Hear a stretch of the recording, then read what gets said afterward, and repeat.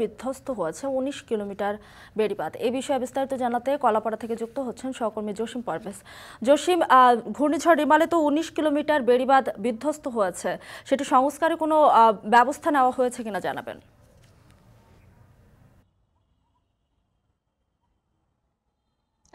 তো আপনি জানেন যে আসলে টানা ২ দিনের যে ঘূর্ণিঝড় রিমাল, সেটি কিন্তু বাংলাদেশের ইতিহাস গড়েছে যে এখন পর্যন্ত টানা ২ দিন কোনো ঘূর্ণিঝড় এভাবে উপকূলীয় অঞ্চলে আঘাত হানেনি। তবে এই রিমালের প্রভাবে উপকূলীয় অঞ্চলের সমগ্র সাগর, নদ নদী, তীব্র স্রোত এবং ঢেউয়ের তাণ্ডবে উপকূলীয় অঞ্চলের যে ৯.১৯ কিলোমিটার বেড়িবাঁধ ক্ষতিগ্রস্ত হয়েছে এবং এতে পানি উন্নয়ন বোর্ড কর্তৃপক্ষ তারা ক্ষতি নির্ধারণ করেছে ১১ কোটি টাকা।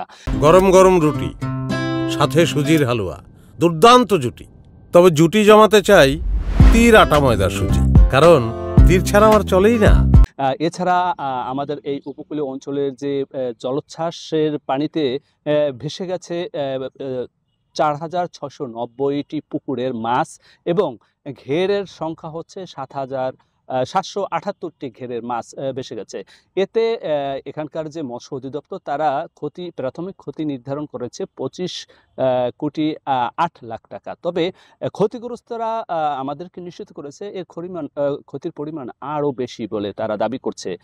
এছাড়া আপনাকে আরও জানিয়ে রাখি যে কৃষি অধিদপ্তর তাদের সঙ্গে যোগাযোগ করেছি, তারা আমাদেরকে নিশ্চিত করেছে যে টানা ২ দিনের ঝড় এবং জলোচ্ছ্বাসে এবং বৃষ্টির পানি জমে থাকায় উপকূলীয় অঞ্চলের যে আউশের বীজতলা, সেই বীজতলা নষ্ট হয়ে গেছে। একই সঙ্গে যে গ্রীষ্মকালীন যে সবজি, সেগুলো কিন্তু নষ্ট হয়েছে এবং পাট, তিল এবং আম, কলা সহ অন্যান্য পেঁপে, অন্যান্য যে ফসল রয়েছে সে সকল ফসল কিন্তু নষ্ট হয়ে গেছে।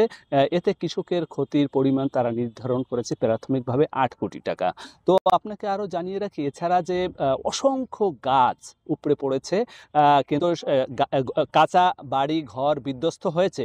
কাঁচা বাড়িঘর এবং গাছপালা উপড়ে পড়ার যে ক্ষয়ক্ষতির পরিমাণ, সেটি এখনও নিশ্চিত করতে পারেনি উপজেলা প্রশাসন। আপনি দেখতেই পাচ্ছেন এরকমই কিন্তু বিপর্যস্ত আছে উপকূলীয় কলাপাড়ার বাড়ি ঘর, গাছ পড়ে এরকম ঘর বিধ্বস্ত হয়েছে। তো এই ছিল আমার কাছে সবশেষ। ঘূর্ণিঝড় রিমালে ক্ষয়ক্ষতির অবস্থা জানাতে যুক্ত হয়েছিলেন জসিম পারভেজ।